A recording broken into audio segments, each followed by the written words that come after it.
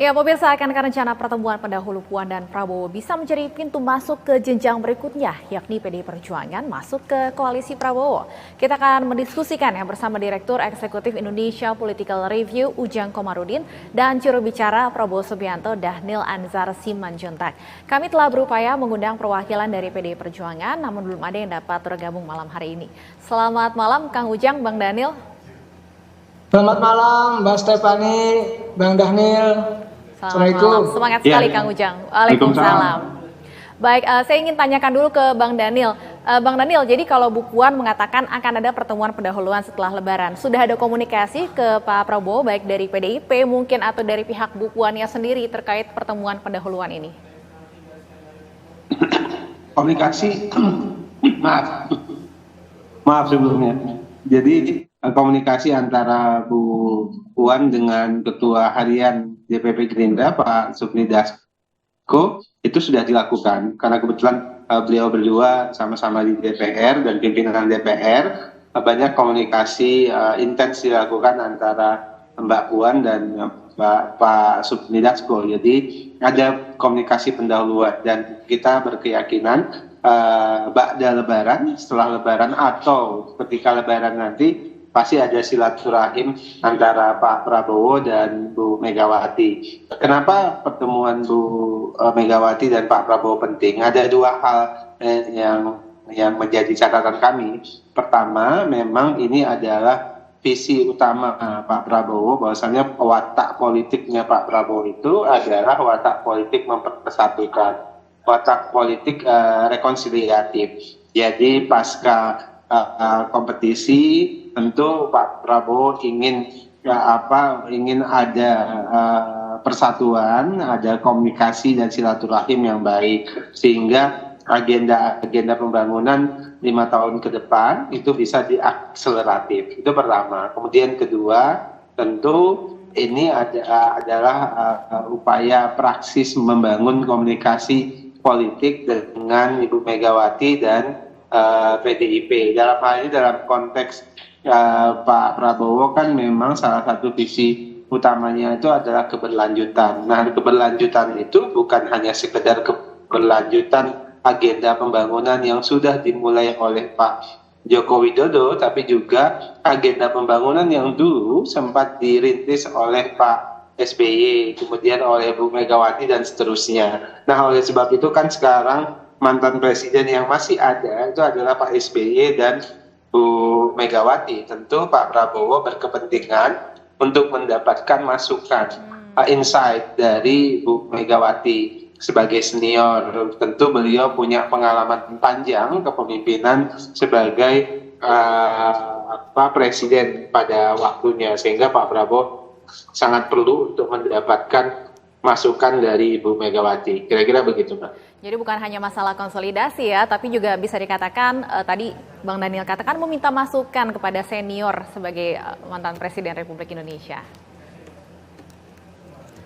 Baik, saya selanjutnya ingin ke Kang Ujang. Kang Ujang, PDIP ini kan pemenang Pileg sehingga memiliki daya tawar yang besar bagi pemenang Pilpres. Kira-kira PDIP ini Anda melihatnya akan teguh berada di luar pemerintahan atau apakah akan masuk ke pemerintahan? Yang pertama ingin saya katakan bahwa sejatinya kita membutuhkan pemerintahan yang kuat. Artinya pemerintahan Prabowo Gibran itu harus kuat, harus kokoh, baik di eksekutif maupun legislatif. Oleh karena itu tadi komitmen Pak Prabowo untuk merangkul gitu, untuk mengajak, ya itu dilakukan, termasuk kepada Ibu Megawati dari PDIP begitu. Nah, dalam konteks itu maka ketika pemerintahan kuat itu maka pemerintahan akan stabil. Tetapi di saat yang sama kita membutuhkan oposisi yang kuat dan tangguh.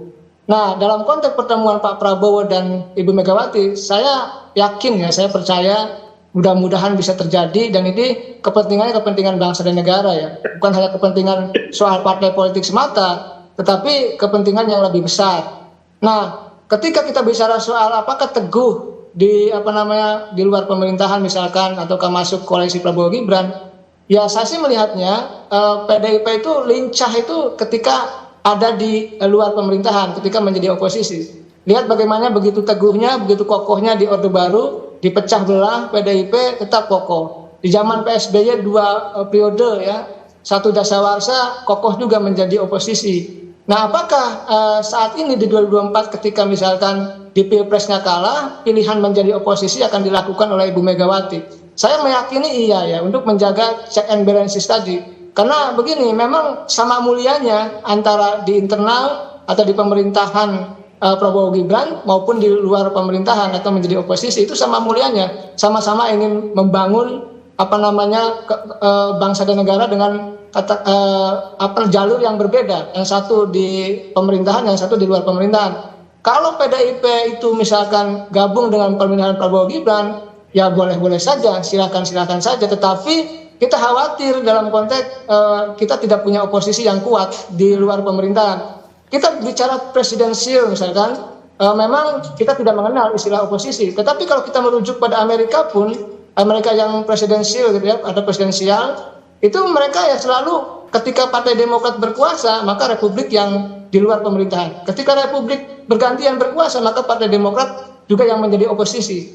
Nah, ini menjadi penting juga untuk itu menjadi sebuah referensi rujukan bahwa sejatinya pemerintahan Prabowo Gibran harus kuat, tapi di saat yang sama juga harus ada oposisi yang mengawasi, yang mengontrol jalannya pemerintahan ke depan agar ada check and balances. Nah, demokrasi akan sehat, akan kuat dan akan bermartabat ketika ada keseimbangan kekuasaan, baik yang ada di pemerintahan maupun ada yang di luar pemerintahan. Begitu, Mbak.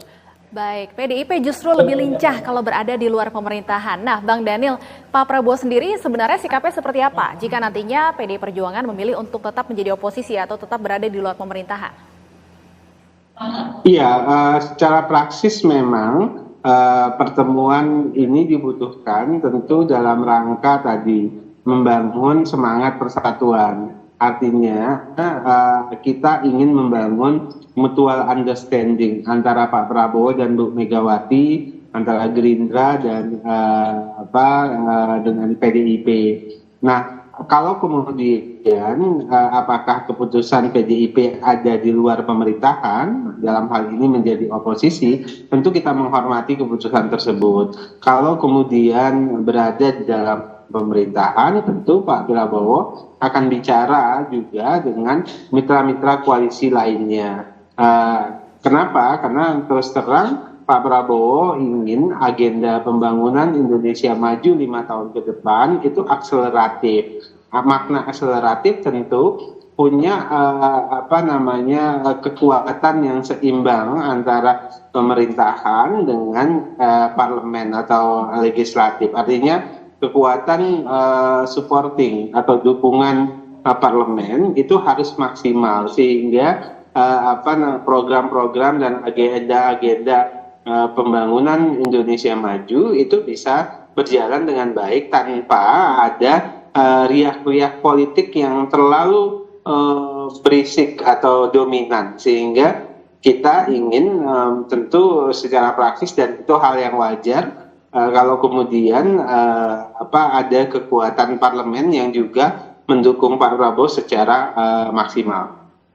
Baik, artinya makna dari pernyataan Pak Prabowo yang mengatakan ingin merangkul semua kalangan ini bisa diartikan bahwa memang Pak Prabowo ingin merangkul untuk masuk dalam koalisi, Bang Daniel.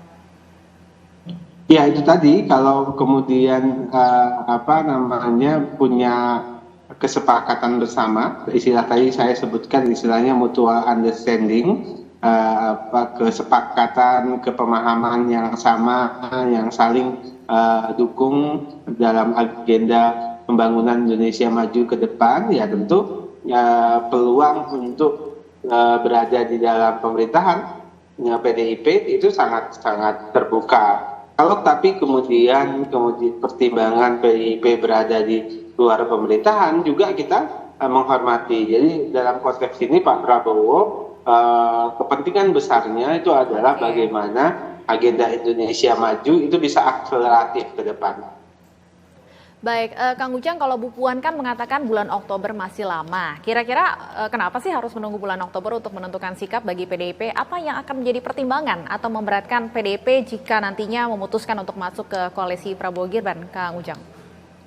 Ya, tentu ada kalkulasi rasional ya, melihat kebatinan dari seluruh kader maupun simpatisan. kan biasanya ketika berkoalisi kan mempertimbangkan bukan hanya kepentingan partai, tetapi kader-kader dan simpatisan yang memang sudah mendukung PDIP. Selama ini kebatinannya seperti apa? Oleh karena itu harus dilihat secara komprehensif dalam konteks tadi ya, masih ada waktu, masih lama hingga Oktober untuk berpikir lebih jernih, lebih rasional, sehingga apapun keputusan PDIP betul-betul keputusan yang bisa dipertanggungjawabkan untuk kepentingan kepartaian maupun kepentingan tadi konstituen tersebut. Saya melihat memang kan di politik itu selalu ya kalau memutuskan di awal itu tidak menarik, tetapi kalau diputuskan di ujung, di akhir itu menjadi sebuah hal yang menarik dan mengejutkan, biasanya seperti itu, dan momentum itu biasanya ada di ujung, ada di akhir. Oleh karena itu saya melihat tidak aneh dan tidak heran jika PDIP menggunakan ya the last minute atau injury time untuk memutuskan sesuatu, dan itu sudah terjadi lama di banyak partai politik termasuk juga di PDIP. Oleh karena itu saya melihat mungkin ada pertimbangan-pertimbangan yang tadi rasional yang harus dilihat untuk kebaikan partai, kebaikan masyarakat, bangsa dan negara, tentu kepentingan yang lebih besar. Karena saya meyakini Ibu Mega adalah politisi atau tokoh bangsa yang hebat ya. Tentu ketika memutuskan sesuatu dengan pertimbangan-pertimbangan yang matang, dan saya meyakini pertimbangannya bukan hanya pertimbangan partai atau tadi konstituen atau simpatisan saja, tetapi kepentingan yang lebih besar untuk kepentingan bangsa dan negara. Kang Ujang, kalau pada akhirnya memang ada partai-partai dari luar pengusung Prabowo Gibran yang bergabung, akan seperti apa kemudian di internal dari Koalisi Indonesia Maju sendiri? Apakah akan ada pertentangan atau Anda melihatnya akan setuju-setuju saja dengan keputusan Pak Prabowo?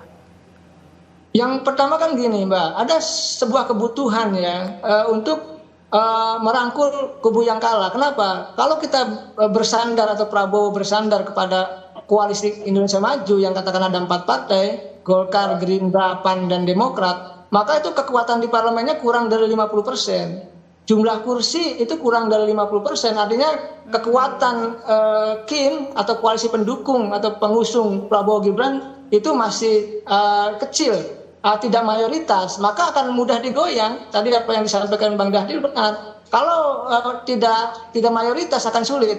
Maka tadi suatu kebutuhan untuk merangkul pihak-pihak yang kalah itu, dan saya meyakini yang mungkin akan 60-70% kekuatan nanti Prabowo Gibran di legislatif. Nah, apakah di internal itu akan goyah, akan ribut, akan goncang? Saya meyakini menerima ya. Karena apa? Karena sebuah keniscayaan, sebuah kebutuhan bagi Pak Prabowo Gibran untuk mengamankan kebijakan-kebijakannya, untuk merealisasikan janji-janji kampanyenya, hanya itu bisa dilakukan ketika koalisinya mayoritas di parlemen. Dan ketika ingin mayoritas, ya maka kebutuhannya merangkul pihak-pihak yang kalah. Oleh karena itu, ya partai-partai di Indonesia Maju ya tentu harus terima, harus legowo, dan saya meyakini ya mereka sudah paham dengan itu, begitu Mbak. Baik, terakhir Bang Dhanil, saya ingin mengonfirmasi tadi di awal Anda mengakui sudah ada komunikasi dari Bu Puan dengan Pak Dasko. Untuk lokasi pertemuannya atau tanggal pastinya mungkin Bang Dhanil apakah ada bocoran? Ya, saya belum bisa jawab terkait dengan hal itu, tapi yang biasanya memang Pak Prabowo pasti mendatangi para senior, karena ada Pak Prabowo selalu begitu, beliau mendatangi para senior, kemudian soan, kemudian nanti berdiskusi dan sebagainya. Biasanya cara Pak Prabowo menghormati para senior itu begitu, Mbak. Tapi akan di Jakarta artinya ya, Bang Dhanil? Iya. Baik, kita tunggu pertemuan ini. Terima kasih Bang Dhanil, Kang Ujang sudah bergabung bersama kami di Bersatu Kawal Pemilu. Kang Ujang.